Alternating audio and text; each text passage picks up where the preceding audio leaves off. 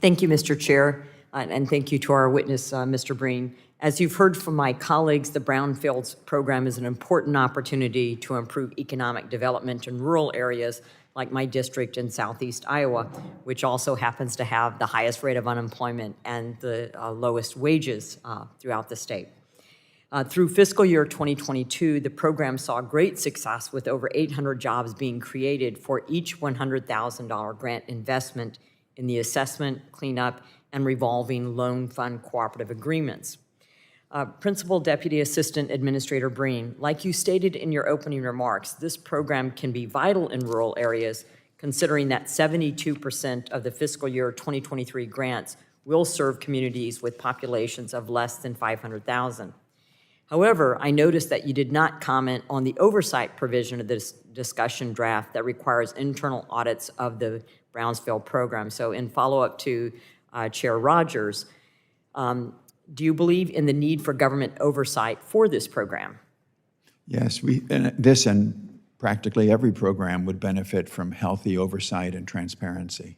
And are you concerned the EPA does not have the capacity to conduct an internal audit of the Brownsville program? We haven't had a lot of complaints about bad administration. We think we're doing a pretty good job. So you believe that there needs to be oversight, but you're not concerned that you don't have the capacity to conduct an internal audit? So the Inspector General, as it is an important and healthy part of our oversight, and our internal controls are considerable. So we'd want to make sure that the money that we're provided is spent to provide on-the-ground results for the communities we serve.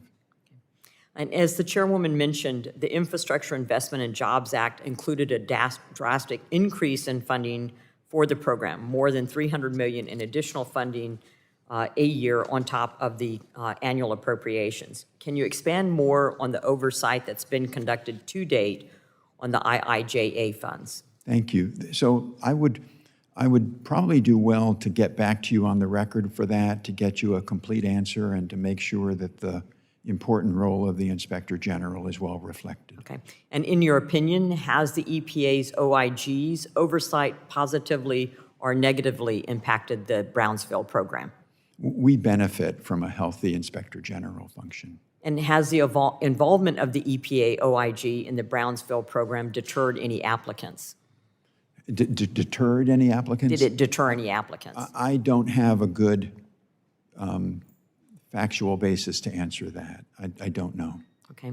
And then this is more of an in general question. You could certainly respond in writing if you don't know the answer. So given that I'm in southeast Iowa and it's a rural state to us, and we have our health professional shortage areas, so when we look at what's defined as rural, typically it's not communities to the size of 50,000. Yes.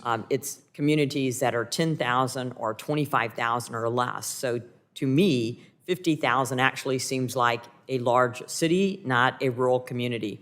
So if you could, if you don't know, it would be nice to have the breakdown, and you mentioned this, you alluded to this earlier when you said that communities 10,000 and under do very well, have a high success rate.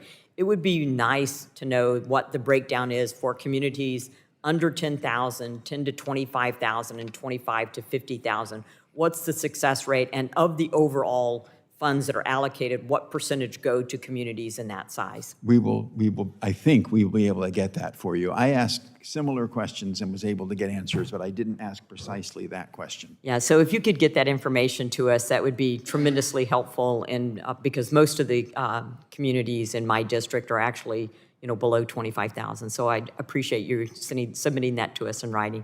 Thank you so much, and Mr. Chair, I yield back.